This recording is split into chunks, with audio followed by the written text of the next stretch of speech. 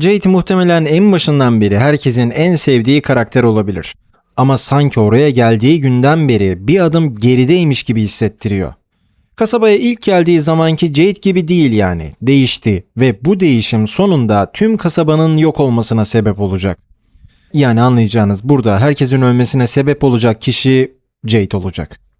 Bu videoda hepsini tek tek anlatacağım ve size neden böyle hissettiğimi tam olarak açıklayacağım. Bak şimdi Jade buraya ilk geldiğinde çok ama çok zeki bir adamdı. Ne yapması gerektiğini biliyordu. Kasabadan korkmuyordu. Kasabanın ona ne yaptığından da korkmuyordu. Tek istediği her şeyin derinine, köküne inmekti. Jade hatta ilk başlarda sadece bunun bir kabus gibi bir kaçış odası olduğunu falan düşünüyordu. Bir oyun. Arkadaşı Toby'nin onun için hazırladığı bir şey yani. Ama bunun bir oyun olmadığını, Toby tarafından kurulmadığını, aslında bu yere hapsolduğunu fark ettiğinde diğer halini gördük. Jade sonrasında ise bu durumun köküne inmek istedi. Her şeyin mükemmel olmasını istedi ki buradan çıkıp gidebilsin. Çünkü abimizin harcayacak çok parası var. Yeni bir şirket kurmuştu ve o parasının tadını daha çıkaramadan buraya gelmişti. Jade bir fikir buluyor, aklını kullanıyor ve fark ediyor ki burada bütün bu durumu kontrol eden insanlar var. Bunu yaparken Jim'le birlikte kule fikrini buluyorlar. Her şeyin üstüne bir radyo kulesi koyup dünyadaki insanlara mesaj göndermek. Böylece buradaki kişilerin hala hayatta olduğunu anlayacaklar. Jade bunu yapmaya çalışıyordu. Bu olaya bir bilim insanı gibi bakıyordu hatta. Ve Jade'in yapmaya devam etmesi gereken de aslında buydu.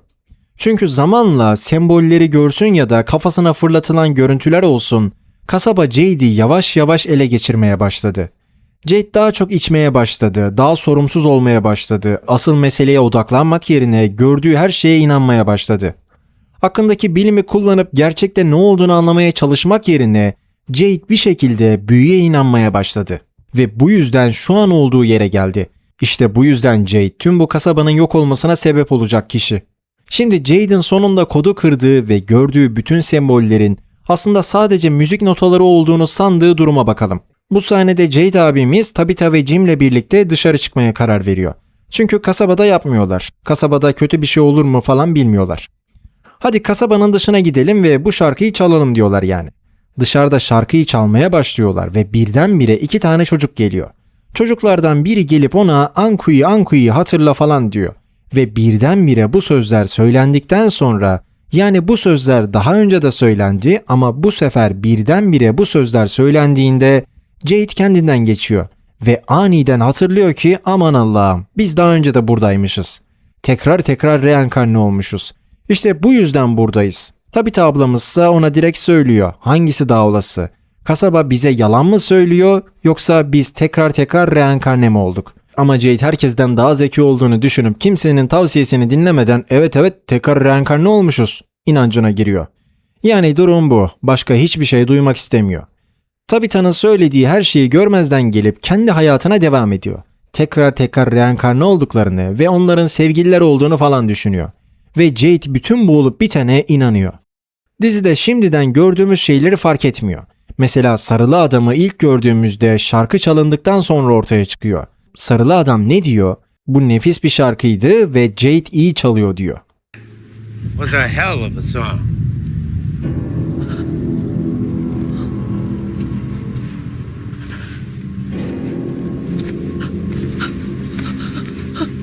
That Jade sure can play. Şarkının çalınması umrunda falan da değil. Hatta şarkının çalınmasına sevinmişti abimiz. Her şey onun planının bir parçasıydı çünkü. Jade'in bunu sonunda çözeceğini biliyordu ve Jade'in o şarkıyı çalacağını da biliyordu. Ama tek bir şeye kızmıştı bu adam. Hatta şöyle bir şey demişti. Karın o çukuru kazmamalıydı Jim. İşte deşmemiz gereken olay bu. O çukurun kazılmasını istemiyor. Çünkü Tabitha o çukuru kazınca bütün oyun ortaya çıktı. Bunların gece ormandan çıkan doğaüstü yaratıklar olmadığı ortaya çıktı. Bunlar sadece yer altında taşların üzerinde uyuyan ve başlarına bir şey gelmiş insanlardı. Yani bu insanlar doğaüstü bir insan değil, sadece oraya girmiş insanlar. Ve sarı kıyafetli adam işte buna çok sinirlendi. Buranın yalan olduğunu, buranın bir sahneden ibaret olduğunu görmelerine kızdı yani. Çünkü kablolar hiçbir yere gitmiyordu. Ve bu kabloların hiçbir işe yaramayacağını biliyorsan neden koyarsın ki? Cevap basit, çünkü içeridekileri kandırmak için. Onları rahat hissettirip hayata devam etmelerini sağlamak için. Şimdi devam etmeleri için Jade'in sorması gereken soru şu. Bu kabloların içinde neden hiçbir şey yok? Ve bu yer nasıl hala elektrik alıyor? İşte düşünmesi gereken soru bu. Bunun yerine sihir yüzünden bu büyülü diyecek. Oysa beynin ne kadar zeki olduğunu iddia ediyorsa bunun büyülü olmadığını bilmeli. Buraya etki eden ve buna izin veren bir şey olmalı. Bence iki evren bu cepli boyutta kesişti. Ondan gelen elektrik her şeyi statik olarak yüklüyor. Ve bu kasabadaki elektrik de bu şekilde sağlanıyor. Ama Jade şu an bunların hiçbirini duymak istemiyor. Sadece doğaüstü yoldan gitmek ve sarılı adam tarafından oynanmaya devam etmek istiyor. Bundan sonra Jade'i görüyoruz. Bir yolculuğa çıkıyor. Biraz mantar falan buluyor. Jade oraya girdiğinde zaten bir şeylerin etkisi altındaydı. Ekstazi ya da bambaşka bir şey. Bu adamda bir şeyler vardı yani. Bunu yapar yapmaz yani mantarları alır almaz birdenbire istediği tüm cevaplara kavuşuyor. Yani bütün cevaplar. Kendi küçük hali gelip ona her döngüde öldürüldüğünü falan anlatıyor. Bütün bu insanların onun olduğunu ve her döngüde kasabanın onu öğrendiğini ve öğrendikten sonra ondan nefret etmeye başladıklarını falan söylüyor. Nefret burada çok büyük bir kelime. Yani neden nefret etsinler ki? Seni öğrenip bütün bunların yaşanmasına sebep sensin diyebilirler. Ve sonra seni devirip öldürmek isteyebilirler. Sorun yok. Ama nefret etmek gerçekten yanında olmak istememek. Yani bu öyle bir şey yaptın ki herkes artık yeter, bu yaptıklarının artık bokunu çıkardın demiş olması gerekiyor. Peki abimiz ne yapmış olabilir? İşte tam olarak yapmaya çalıştığı şeyi. Çünkü vizyonu sırasında birdenbire bir koridor görüyor. Bu koridor daha önce hiç görmediğimiz çocuk kemiklerine çıkıyor. Jade aslında bu noktada durdu ve orada hiçbir tuzak kapısı falan görmedi. Tuzak kapısına dair hiçbir işaret yoktu. Şimdi nasıl oluyor da bir tuzak kapısı beliriyor ve tüm çocuk kemikleri bir tuzak kapısında saklanıyor. Abimiz bunun kendi aklında zaten var olan bir şey olduğunu hissediyor. Daha önce de insanların akıllarına bir şeyler yerleştirildiğini görmüş olmamıza rağmen bununla ilgilenmiyor ya da düşünmek istemiyor. Yani onun düşüncesinde hayır bu doğru olmalı, bu tam olarak böyle olmalı kafasında. Sonra bunu Boyd'a anlatıyor. Boyd sağduyusunu kullanarak belki bu yer bize bir oyun oynuyor, belki bu yanlış diyor. Ama Jade ben hiç koloni evinin bodrumunda bulunmadım, o kapı oradaysa o zaman gördüğüm her şey doğru olmalı diyor. Bu da Jade'in yaptığı ikinci hata. Evet gördüğü şeyin doğru olması gerekmez. Birine yalan söylemek istediğinde en iyi yol içine birazcık doğruluk koymaktır. Yani en etkili yalan benim bildiğim budur. Birisini manipüle etmek istiyorsanız içine biraz doğruluk koyup bir şeyler yaptırmanız gerekir. Sarılı adamın da Jade'e yaptığı tam olarak bu bence. Bu kasabanın Jade'i ve içindeki herkesi parçalaması bu abimizin en sevdiği şey. Ve bunu tek başına yapmıyor. Bu yüzden kasabanın güvendiği birine ihtiyacı var. Şu an kime en çok güvenirler? Tabii ki de Boyd ve Jade'e. Eğer Jade Boyd'u manipüle edebilirse kasaba kendi kendine parçalayacak. Tam olarak bunu görüyoruz. Çünkü Boyd balyozuyla duvarı kırıp kapıyı buluyor. Kapı tam orada. Ve sonrasında ise aman Allah'ım Jade haklıymışsın burada bir kapı var.